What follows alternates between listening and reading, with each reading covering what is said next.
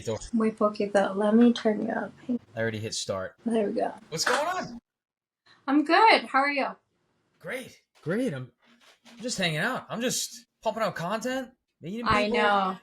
We're doing work. Do you take breaks between filming? Like, I literally just saw your other podcast and I was like, oh, he's cranking them out and just pushing it out. Breaks. I'm gonna put everyone on their individual day, so it's not. I don't want stuff to be on top of each other. That's not right. I don't want that. But I have to, because I finished the last 2 months of residency in the most busy rotation, and I just couldn't do podcast. I got like 2 podcasts out in 2 months. Mm-hmm. Which I don't know about you. You have your own podcast. Isn't it fun? I love to meet people. It's like we're chatting, we're growing a network, we're communicating, we're educating each other and other people that want to listen to this. I think it's a beautiful thing. I have such a passion for podcasting. So now, after last Friday, I'm done with that whole everything. It's just like a couple dinners and like graduation, this and that. Now it's finally time to get to meet people, and I've been wanting to meet you for a while. Right. Oh, really? Princess. You've had a lot of people on your podcast recently. Did I see Pat the dentist? I also saw... I just started podcasting. So for me, it's like a new network. I've been on Instagram for a fefew years now. I started kind of towards tail end of residency, but podcasting has been new. So there's different people on, YouTube and podcasting versus like social, like IG, or I'm not on Facebook or TikTok or anything like that. So it's a different network for sure. Why not? Why not TikTok? Why not Facebook? I'm just curious. I've just never been into social media, honestly. Despite like the Perio Princess and all that, I was like a late adapter into MySpace. Do you remember that? Oh, I remember MySpace. Yeah. I never did AOL messaging. Like I just never did. I was kind of on MySpace a little bit, not too much. It was more like that like goth emo phase where you're just like, who's in my top 8 and like what's the song that I'm gonna put out? But like I wasn't really like into it. And then Facebook, I didn't really have Facebook. My college roommates kind of not force me into it, but they're like, hey, you got to get on like this thing. And then I would just inactivate it. Dental school, I would inactivate it around like finals, midterms, all that stuff. So it was kind of easy. And then Instagram, I was really late into the game with Instagram. What's late? Just so like for Instagram? Dental school. So I graduated dental school 2015. Didn't have an Instagram, like a personal one, until like my D2 year or something like that. And then I just deactivated it. For me, it's just distracting. It can be. Now I have a good strategy and I'll look at it when I look at it, and it's different now. But at that time, I don't think I get so distracted easily. It wasn't for me. So I need to get like my team to do my LinkedIn and like Facebook and all that stuff. Team. I'm going to just have my staff do it because I'm not going to do it. Well, that's helpful. That's great. But the super, super late. And then the Perio Princess stuff started my first year in Perio Resident. Last year in Perio Residency. So super late. That was, if you graduated 2015, did you go right into residency? I went straight through. So 2018, let's say. I haven't had it for that long. Almost 10 years. I mean, that's pretty good. That's pretty good, though. Yeah. Yeah. That's great. No, Princess and the Pod. Yeah, so you were just recommended for me to get on, what's his name? Doctor. Oh, you didn't put his last name in the, you just had him on your story. Wait a minute. Steven? We had Dr. Roth, Dr. Roth? Or Yeah. Here, it's on your Dr. Derek Nelson. Yes. Yeah, Derek's a good friend. He was our class president. He's about to finish OS. Really, really good friend. I babysat for him for years in dental school. And I have so many friends that are in oral surgery, which is interesting. Derek and I briefly talked about it. There could be a little bit of like beef between OS and Perio. But yeah, Derek was on. I was on Wahan's podcast like a month ago, maybe. So he should be on Princess on the Pod pretty soon. But yeah, I think through that. And then Steven, I think, was another one. I just saw Steven on Saturday. He had a show in the city and we grabbed lunch before. I love Steve. He's such a good Me friend. too. Yeah. I met him at a top 40 under 40 event when it was my first time in New York, and it was like so traumatic. Traumatic? What? Yeah. Why? It was dramatic. It was like a Benko, like top 40 under 40. And then Steven was there and he was local. And it was my first time traveling alone, actually. And like my first time, not on the East Coast. I used to go to Miami a lot because my husband did residency there when we were dating. So I used to go to Miami all the time. But you get used to like a city eventually, right? But it was my first time in New York. And all of my patients were like, it's different, like da da da. And I'm like, no, I like direct, like it should be fine. And then it was just, it's different. Tell me your honest thoughts. Be honest. Okay, so we were, I think the photo, so they do this whole like photo shoot where it's with like Forbes and they dress you, they style you, they do their hair, like your hair, makeup, everything. It was super awesome. They do specialty and general. So essentially 80 people. And so Steven and I were on the specialty side and his photo shoot was like really early and mine was like later in the day. But I flew in the night before. I went to, I think it was at like the Roxy Hotel or Moxie or something. Yeah. And I sat at the bar. I was like, I just want to eat, have a glass of wine, go to bed. I'm tired. It was a long flight. And I sat at the bar and I was talking to the bartender and he's like, oh, where are you from? I'm like, San Diego, da da da. And he was actually from San Diego. So we were chatting and some older gentleman, seasoned, comes up to me and he was like, oh, what are you eating? It's like, and I was eating, do you know like pigs in a blanket? Yeah, I love those. Yeah, same. So I was eating pigs in a blanket with a glass of wine because classy. But it was like whipped mustard, like gourmet mustard and gourmet like pigs in a blanket. I was like, I'm eating pigs in a blanket. Like he says, are they good? And I said, yeah, it's really good. The mustard's whipped and da da da. And he looks at me like dead in the eyes and he's like, I want to sit and watch you eat them. And I was like, huh?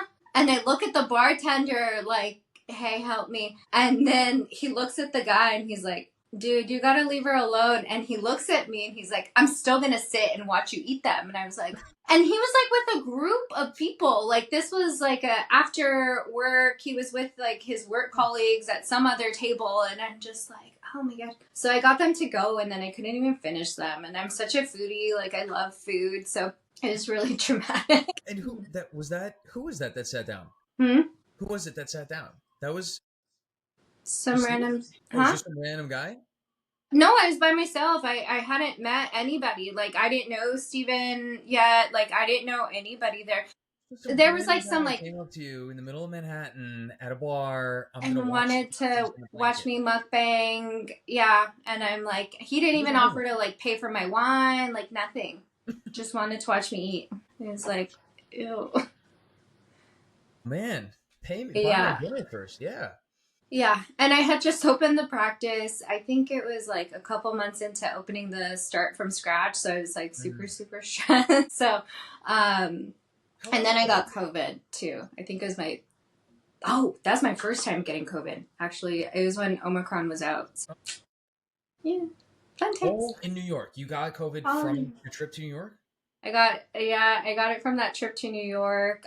After New York, we went to a wedding in Detroit, and my husband's a physician, so we were around a bunch of other doctors. So we all went to our little silos, infected everybody throughout the U.S. It was definitely traumatic. Oh man, patient zero for Omicron. God, I was. So sad. Spreading it throughout the country. That's great. I So know. you haven't been back to New York since then, have you? No, I need a redo. I feel like I would really like it. I like food a lot. I really think I would like it. Although I was listening to your podcast with Steven, and Steven was discussing like New York and where he's at now, and he's talking about DC. And I was in DC a few months ago for my first time, and I'm like, yeah, DC's so clean. And you guys were talking about like how like smelly in New York can be. So I'm like, do I want to go back or do I not? It's been stinking a lot. Why? Since COVID, it's like not every corner. Maybe it's just the corners I walk on. Every corner, it's got a pile of turd in the middle of the sidewalk. Everywhere smells like urine. I'm also in an alleyway where there's it's a lot of people peeing in this alleyway here. I don't know, man. Like people or like dogs or like what's happening? There's pets. Dog poop, and then there's like human poop, and yeah. It's gotten better. It's gotten better. I would say over the last year or so, maybe, as far as human poop, but there's still dog poop everywhere. There's just the smell of urine in the streets. There's in this alleyway, there's like a road here too, and it's kind of a side street. So it's a one-way kind of thing. A lot of people just pee in that road. There's a lot of sitting in the cars. There's a lot of like garbage and bottles all over that street. It's really too bad. Yeah, I don't know. You need to redo it, but I need a bodyguard. No, I'm, you know, those people that like travel and just something always happens or someone like, there's just always an incident. Like one of my assistants, he's like, Doc, you just need to hire me to be your bodyguard. I'm like, no, for real. I cannot travel alone. Is he tall? Is he tall? He's big? No, he's short and Filipino. He means well. He means well. Shout out to James. Load him up with some pepper spray, double-handed, right? Double-fisted pepper spray. It'll be good to go. No, that's me. But apparently, like, you can't travel with pepper spray. And for some reason, I always end up leaving the San Diego airport with my mace, and nobody ever catches me. And I've gone all the way to Canada, which apparently in Canada, you're not supposed to like have mace or pepper spray. I've done it twice. I've done it twice in Texas, where I get to Texas, and then I'm there with my mace, and then I'm trying to come back, and then they're like, "Ma'am, you can't carry this." Yeah. Oh, man, yeah, they must pull you over. Austin? What part of? Yeah, the last time I was there was Austin for American Academy of Perio, and I had my pepper spray there, and then they wouldn't let me, fly with it back, which is fine, but... Gotcha. Yeah. The weapon. Yeah, you can't carry those weapons on the flight. What would you do with pepper? What would you, like, spray one of the people sitting next to you? So you would spray, like, the people flying the plane? Who's gonna... Not the people, it's just on my keychain, right? So I just have it with me, like, all the time, yeah. Yeah, San Diego's not that great either. Like, San Diego's beautiful, great weather, it's awesome, but yeah, there's been a couple times where it's been a little bit unsafe. Did you use your mace? No, so that's the thing. You never know how you're gonna react in a moment of like something happening, but it was at AAP this past fall. I decided to stay downtown because I was lecturing, so I was like super honored. I'm like, this is awesome. I get to talk about like the startup and my life after residency and all that. So I stayed downtown so I didn't have to like drive and I can just focus on the lecture. Plus I was hosting a happy hour. And then I was literally walking from the hotel to the convention center and some homeless guy went like crazy on me. And I ran into a restaurant and then I happened to see a periodontist that used to live in San Diego, so he helped out and stuff. And yeah, but you don't think in those moments to, you're just trying to, I'm like, so far something positive. Why are we talking about this?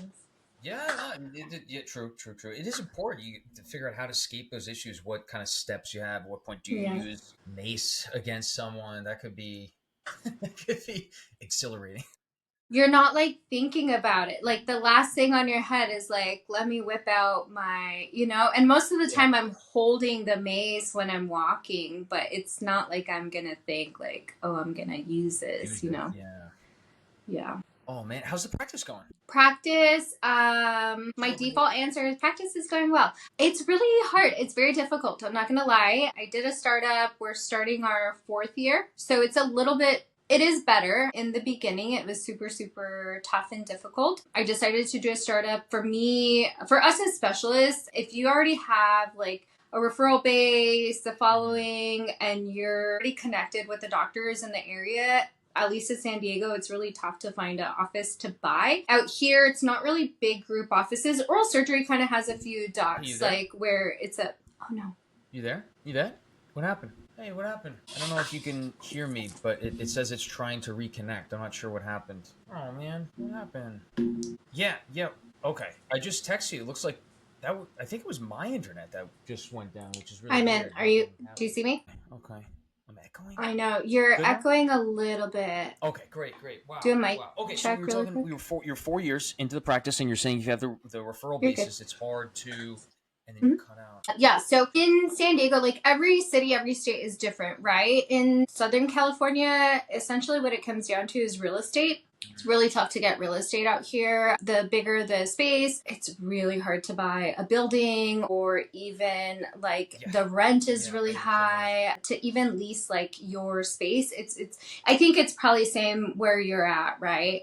Similar? Yeah. Yeah. So it tends to be like a solo practitioner type of style. And then, as far as perio goes, like bread and butter perio, older osseous a little bit. They might not be doing implants. They don't have a CBCT. They're just doing brain guided, which is great, but it's not how I was trained. So I looked, I tried to find an office to buy, and it just wasn't a good fit. And a few of my friends and mentors had done startups, and I was like, okay, the odds of my practice failing are really low. As far as small business is concerned, dentistry still has a really high success rate, like 96%. And I'm like, am I going to be part of that 4%? Probably not, maybe. But if I am, sure, then I can just go work for somebody else, close a business, whatever. So I decided to do a startup.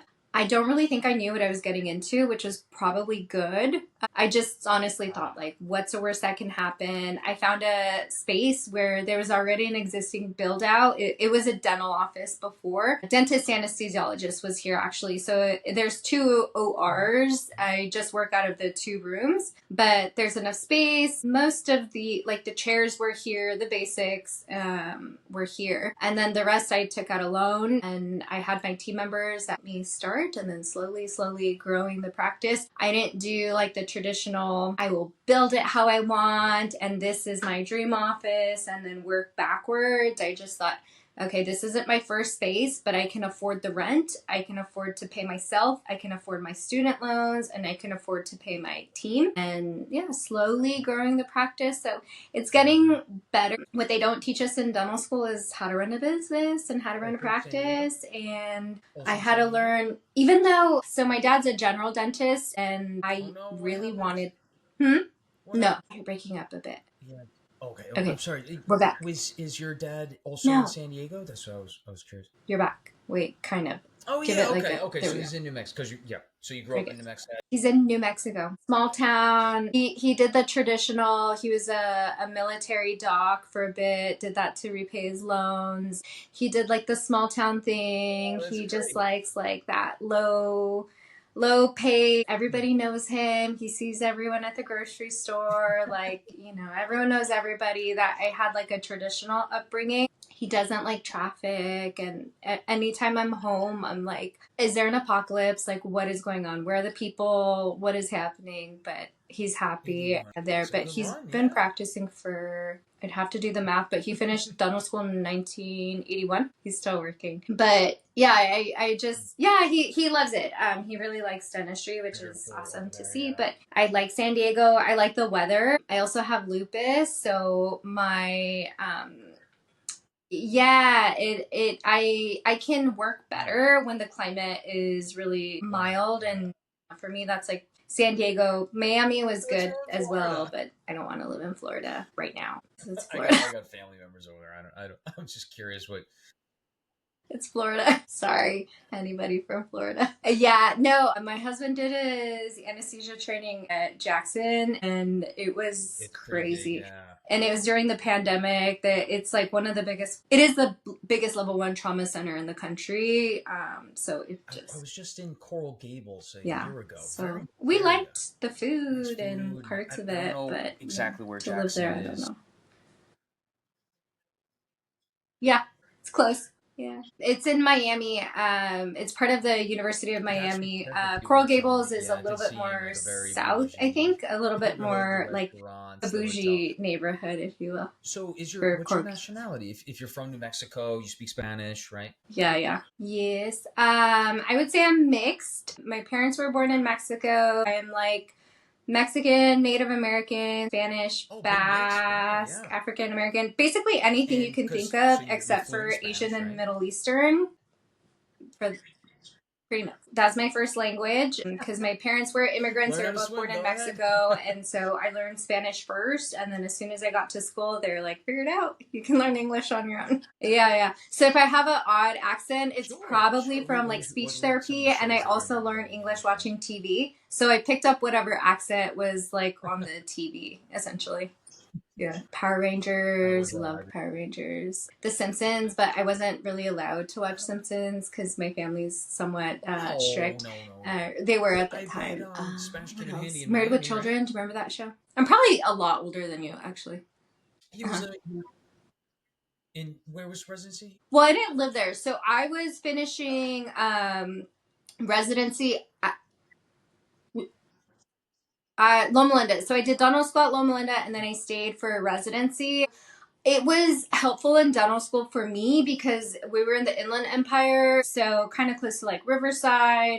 It's between like LA and Palm Springs, like halfway in SoCal. It was really handy in dental school because I had a lot of dentures, RPD cases. I had a lot of patients. At Loma Linda, you essentially signed up for all the different languages that you spoke, and then they would assign patients to those students. So I had a lot of patients, yeah. So it really came in handy. In San Diego, not so much, even though we're really close to the border and close to Tijuana. Most people, they speak both or English pretty well. So not so much here.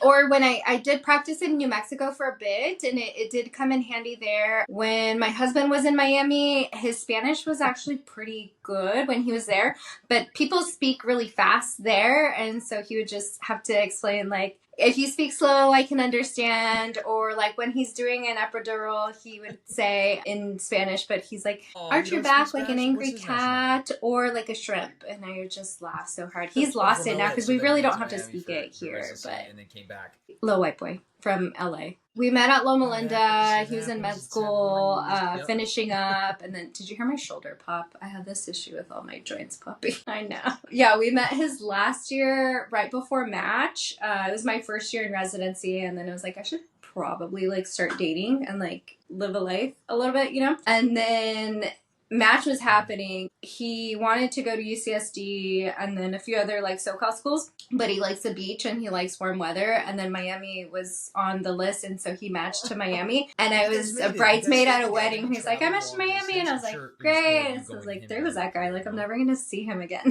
It was me going there. We weren't trying very hard, but we were just like, hey, we like each other. You know, it wasn't like, I know everyone's like, how did you guys? And like, blah, blah, blah. I'm like, there's no secret. Like, we weren't trying very hard. It just kind of happened to work out, it's funny you mentioned when he was in Miami, they were speaking Spanish a lot faster. My girlfriend's Dominican, and when I went to the DR a couple months ago, the speed is like, wait a minute, let's go half speed. Let's cut that down. Exactly.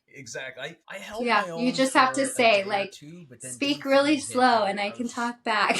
My head was spinning with all the fast Spanish and new words and the new like phrases and stuff, the Dominican slang that I was. But I loved it. I didn't back down. It was just, I was, whoa, where are we? It's fun though.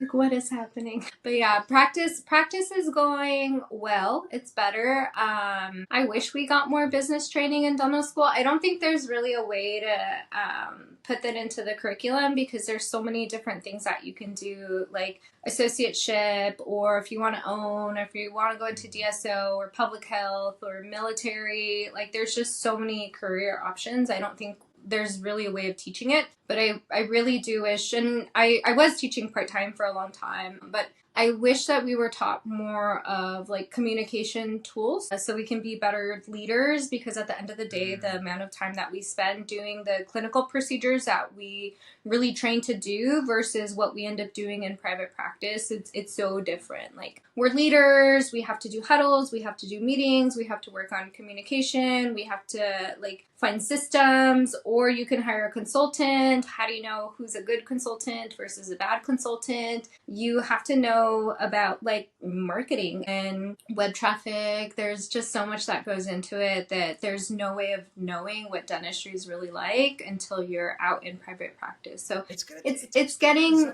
better. All of a sudden your practice, I would say, booming, you know? Yeah, I'm doing well, but it takes you also for taking that step, because how few people actually do it. The startup too, rather than buying into something. That's what I'm trying to do. But the startup is the real deal. That is bottom of the barrel. You're so lucky to have found that space that kind of had certain opportunities kind of built in already. And then did that switch between, you said you're working in New Mexico a little bit. Was that associate position? Was that with your dad or what? Mm-hmm. It wasn't. I didn't know I wanted to specialize, just because even in New Mexico, there's one oral surgeon in my hometown. There was two. The other one retired. The one that's there now just sold to DSO. There's one two perios, one retired, the other one's owned by DSO now as well. There's just not really specialists. And so I didn't see that side. And then my dad's like a quote unquote super GP. So he was doing ortho, he's doing implants, he's doing more like full mouth reconstruction cases. There's still no prosthodontist in town. I don't think there ever has been. So I didn't really know that they're a specialist until I got to dental school. Then, you know, you kind of have that feeling. I don't know how it was for you when you were like, okay, I want to do OS, or like, this is my calling. Then I started feeling that feeling of like, I'm not quite done yet. There's another chapter of my life, right?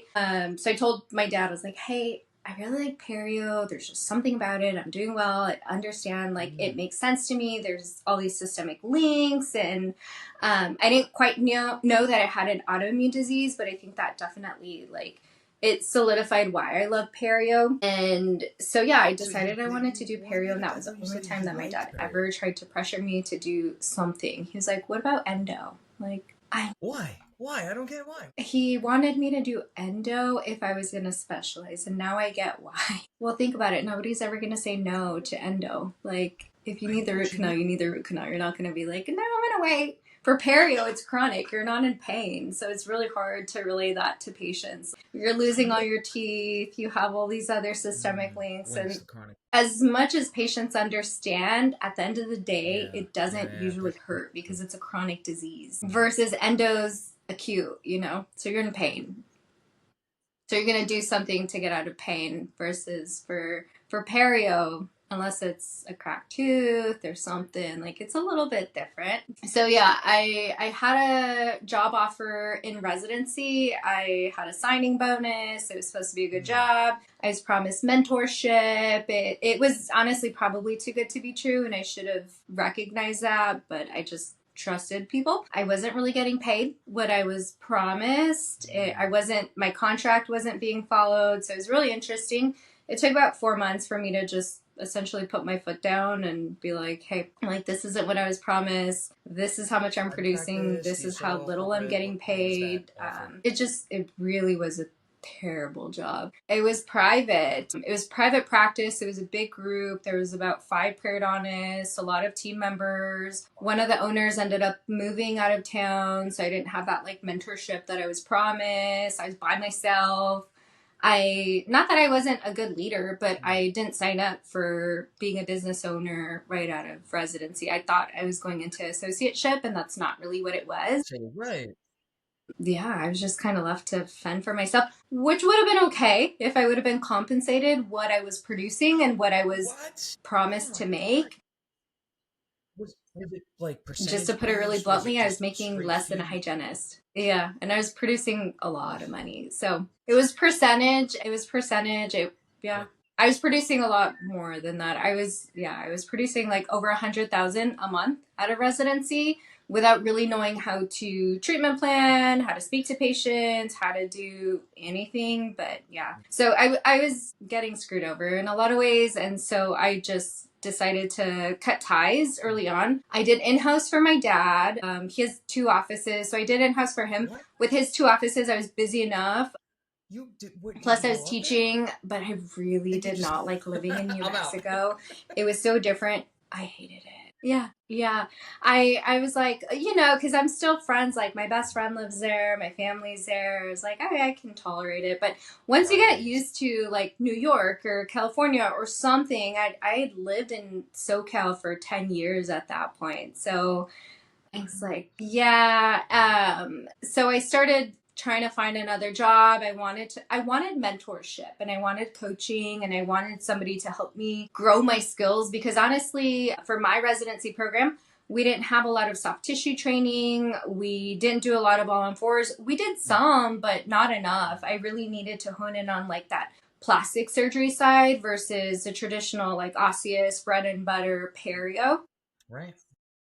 Because let's be honest, nobody's going to go to a dental school for cosmetic work. You're going to go to somebody with experience, right? So I needed the coaching and the mentorship. And then I quickly realized like not a lot of people want associates or like younger associates.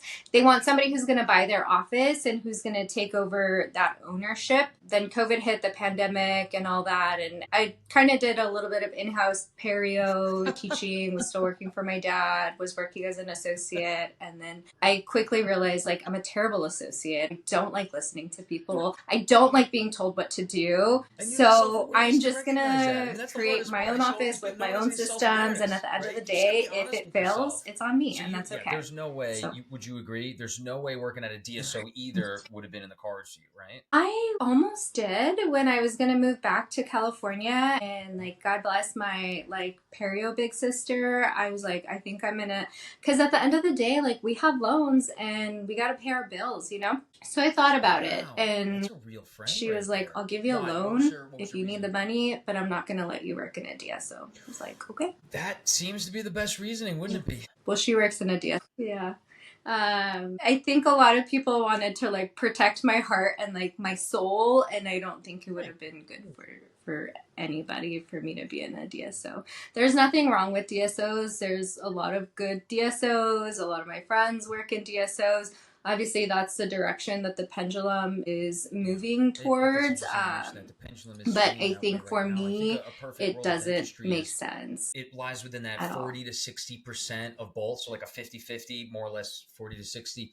We're really swinging into corporate right now with all the consolidation going on, which is kind of ironic with all the new dental schools that have opened up in the last 5 years. So interesting. But yeah, I totally agree. Yeah. But and you're doing it though, so it's not going to be a walk in the park. You're handling them. Because we were just talking about you're not taught these things in dental school. How are you handling? Like, what's the kind of your strategy with the finances and the marketing, for example? Just the dentistry, the perio is one thing, but what's kind of your favorite part, and what's your least favorite part from the business and the marketing side of owning a practice? If you've ever thought of that. My favorite part is honestly when I'm doing procedures, when I'm busy, when I see that schedule and it's full and it's packed, like that's my happy space. I'm not bothering anybody. I'm just doing my thing. I can do my notes quickly. I can do my photos quickly. I can do all the dictations quickly. When I'm not busy, I'm just losing my mind. So I like that part of it. The tough part is honestly delegating to the team and making sure I don't need everything done in exactly a certain type of way. I just need it to get done. And if we need to correct anything and modify anything, we can talk about it later. But delegating is really hard because at the end of the day, you still have to delegate, you still have to communicate, and you still have to do that 5 times, 3 times over, and then you still have to do it again. So you're always talking, you're always in that leadership role, which can be really, really tough. And then for me, you can call it like a micromanager. I wouldn't say that. I would just say I'm very hands-on. I wanted to know everything about the business from the bottom up. I wanted to know everything about the finances. We're in network with PPOs. We're moving towards going out of network, which will be interesting. But I know how to do an EOB. I know how to send an insurance claim. I know what insurances need. I know what photos they need. I know what they need as far as like my letters, our software. I'm very, very hands-on when it comes to the business. All the comments on Instagram. My assistant actually took away my phone because I was showing her one of the comments that you got on YouTube. Yeah. Oh, the one. And we were kind of going. Asked him all these different questions about facial. Is when you had. That's what the text was. Hannah, I don't know. I got a different style. I'm not trying to get into the nitty-gritty of let's raise this flap 2 millimeters over here. Do you really want me to teach you how to do a free gingival graft? We can talk about it another time. Like, this is not the time. Like, or start your own YouTube channel, And my assistant was like, stay out of the comment section. I was like, no, this isn't my comment section. This is somebody else's comment section. And she's like, give me your phone. She literally took my phone away. But somebody on Instagram, because I was sharing, like, this is what I'm doing. I was sharing my systems, like, for example, pre-op, all the meds are sent. We collect payment ahead of time. Everything is set up. The patient walks in, I do my procedure. We have their driver take them home. Like, everything is set up to the T. I'm very organized. And somebody commented and they're like, no offense, but it looks like you have, right. like trust issues or something like that. And they're like, your staff should do this. And in my head, I'm like, who do you think trains the team? Me or you? Or yeah. So you got to learn it, right? Like, I'm still taking out the trash. I learned how to change the traps. I know how to sterilize instruments. Like, that's what it takes to be a business owner, because at the end of the day, this is my first practice. It's not going to be my last. I want to have more than one business. I have bigger goals. Like, I want to open a practice in New Mexico. I want to open a third practice. Like, but you need the blueprint and you need to learn everything. So that was my mindset. So I think that's been like the funnest part. And then the most difficult part is, like, it's tough. Sometimes I'm here till like 10, 11 p.m. Like, it's a lie that we tell ourselves that it gets easier after residency. You get to set your own schedule. It doesn't. You have more flexibility, for sure. It's a different kind of stress, though. Like, now you're dealing with, putting food on the table, paying your bills, paying your team. Their kids depend on you. And so it's just a different kind of stress. But obviously, I'm older now, so a little bit better at dealing with emotional stress, I would say. So for like my pre-demo students, I'm like, I don't care what grades you have, work on the tools to deal with everything, because it doesn't get easier. Like, whatever you're thinking happens at the end of this, it's not true. You don't get more like, time. It doesn't get easier get better, at all. Adapt, or you make more time, right? And then from the other standpoint, as being a business owner, a practice owner, specialist practice owner, however you want to look at it, the amount of hats you have to put on, you're saying changing the traps, taking out the trash. You are the top and the bottom at all times, staying till 10 or 11 o'clock. That's so important, because I think we many times, when I grew up, I was delusional to the fact that you think you get more time back. And then to attest to the fact that you were saying wearing all the hats and from the top to bottom, one of my favorite, he's not a motivational, he's an entrepreneur, Gary Vaynerchuk. I don't know if you heard of him, but it's exactly, yes, Gary V. So, I'm glad. So we're talking the same language. But he said that it's like, if there's a problem with an employee. Yeah. Gary V. Oh, good, you're still there. There's a problem with an employee, or they're underperforming or something. Exactly what you said. You train them. You hire them. You're the boss. And the accountability falls back on you. We have to train them to do their job. They got to do their job. But accountability after that falls back on us as owners. And I mean, I'm not a dental practice owner by all means, but it's so important to recognize these things. And it's huge. I can tell you're going to thrive. I'm so excited to see you're going to open up that second and third practice. That'd be interesting to see how you do that in Mexico. Soon, so soon. Yeah, if you want to own, and I was in denial for a long time, and like you said, I was definitely delusional. I saw my dad, and I saw how hard my dad worked, and I worked at his office for many years. I worked in his lab. That's why I'm like, I don't want to do pros. Like, I hated lab work. He had me file insurance claims. And then also, hindsight, looking back at that like 14-year-old, I should have been really thankful that he opened a Roth IRA. Instead, I'm like, you're paying me $725 for what? Answering calls. I was so delusional. And I thought, I don't want to work as hard as my dad works. He wakes up early. He comes home late. Like, his patterns are still there, but he loves dentistry, truly. So I think in a lot of ways I was so delusional, because I thought, I'm just going to be an associate and I'm going to find this office. And like, cheers and kudos to those people that find really like unicorn offices, and they get the training and they get the coaching and they get the mentorship. But like, if you can't find it, then just create it yourself, because I don't know that it's going to come. You just got to kind of go for it. What's the worst thing that can happen? There's something new. And then who cares? You go under. Who's going to judge you? Not your friends. Your friends are going to be there for you. Your family's going to be there for you. And if they're not, then those aren't your people, More or less, right? Work hard all day with patients, but maybe not, outside of 9 to 5, whatever it may be. Is that what it really was? You wanted to create your own mentorship, your own perfect freedom opportunity? Is that what it was? Yeah, I did. I couldn't find it. I tried really hard to look for associate position or a place where I could buy the office. There was always something where it just wasn't a good fit, whether looking at profit and loss statements and what they wanted for the practice wasn't really what the valuation was. Or for us as specialists, we essentially were business to business, not necessarily like business to consumer, like a general dentist, which it's really, really tough to be a GP, right? Because you're marketing to the masses.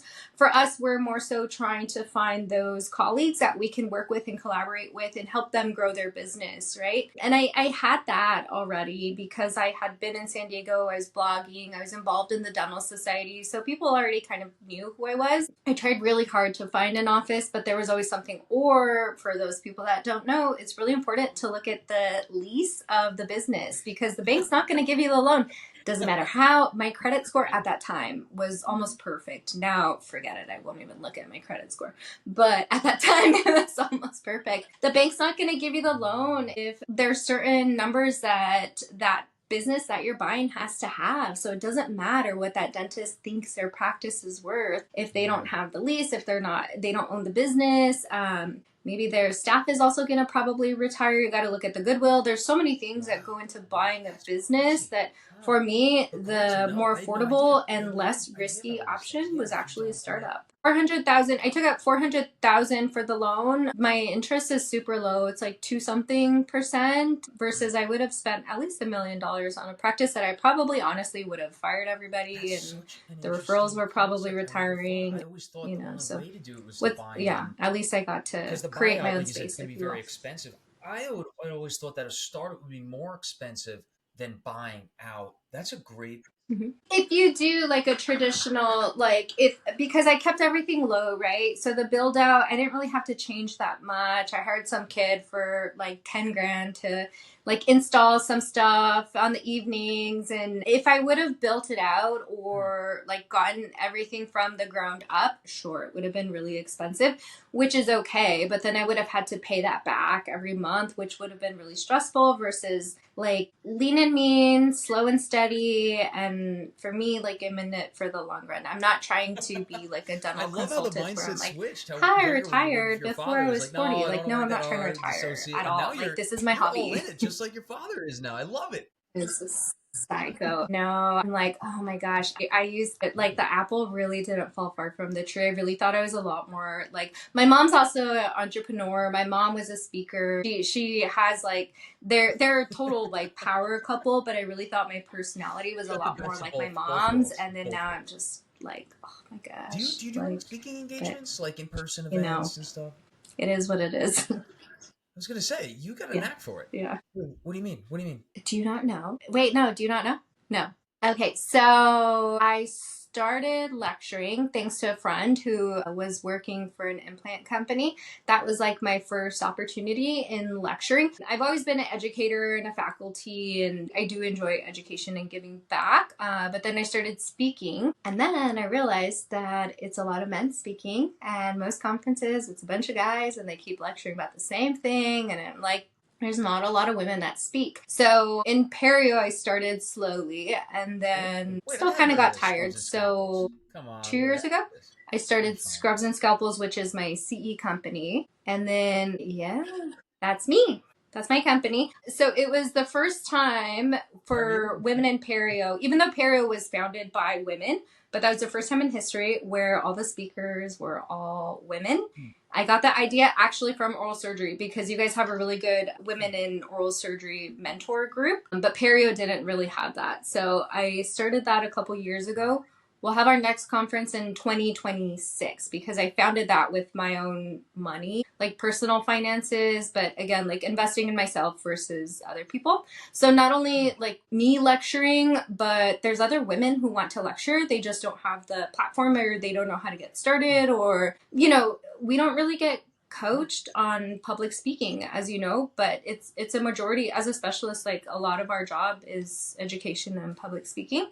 So I'll have the next conference sometime next year in Boston. I took a break this year just because it did cost a lot of money to put together. Yeah. A lot of time, a lot of money, but it's kind of like a outlet from private practice because it's a little different. And so yeah. Empowerment. We did scholarships. One thing about when I look at your Instagram account, we got to do scholarships, right? And so that's another hobby for sure. Page, for example, right, of the podcast. I can't click in the bio because you don't. I don't know, just a thought. That's you have the link there, and I can go right to your YouTube channel of your podcast. I was just a thought with in the caption. For Princess and the Pod. I don't even think you can go to Scrubs and Scalpels. I had the Delulu mindset that I wanted to keep Perio Princess and then who I am as a periodontist and everything else separate and their own little silos.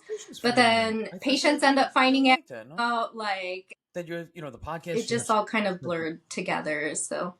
Yeah, that I'm the Perio Princess. Yeah, but then they go listen to the podcast while they're charging their Teslas, and I'm like, no, don't listen. This is where all the this whole conversation, so much passion's coming out.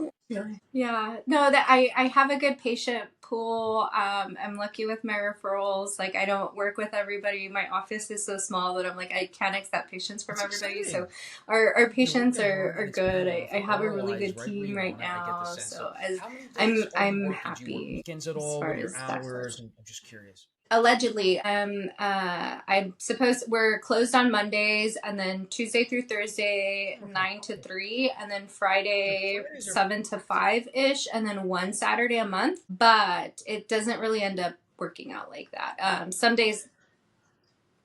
Yeah, because as much as you're oh, Friday, long weekend, but Monday, I have Mondays off. But patients want surgeries on Fridays because then they have the whole weekend to recover and then they can go back to work on Monday. So Friday is my busy day. Friday is my really busy day. And then Saturday for those patients that are really I cannot take any time off. And then every once in a while, I'll work a Sunday for the Postal Service workers, Botox patients. I'm here, so I might as well make myself useful while I'm here. Right. I completely get it. Yeah. So I kind of reframe. I'm always working, but I'm not always out of the office. You're always working. That's how it goes. You're a business owner and you're growing. So at least you're reaping the rewards of all that work, right? In and out of the office. So that's exciting. Yeah. I'm happy for you. Well, I'm ready. Yeah. I'm ready to go for the real world. I hated school and residency and all this. I can't wait for you to get in. We gotta work the real world. So, we'll see. August. Yeah. The easiest thing? Now you gotta work. Uh-oh.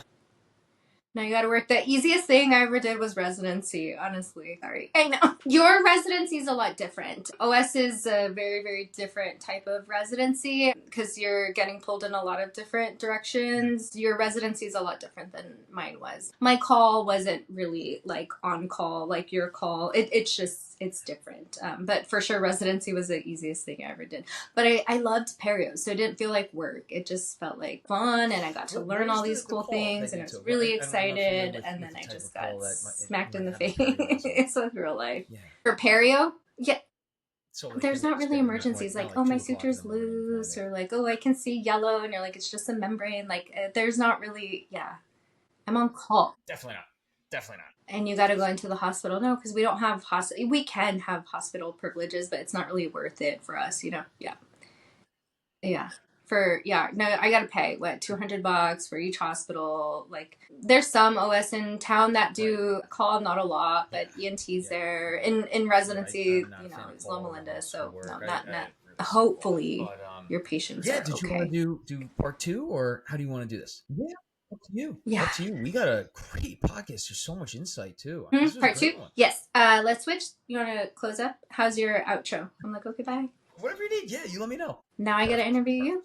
Okay, give me 5 minutes. See you in a bit. Okay, give me 5 minutes and I'll text you my Riverside. All right. Bye, friend.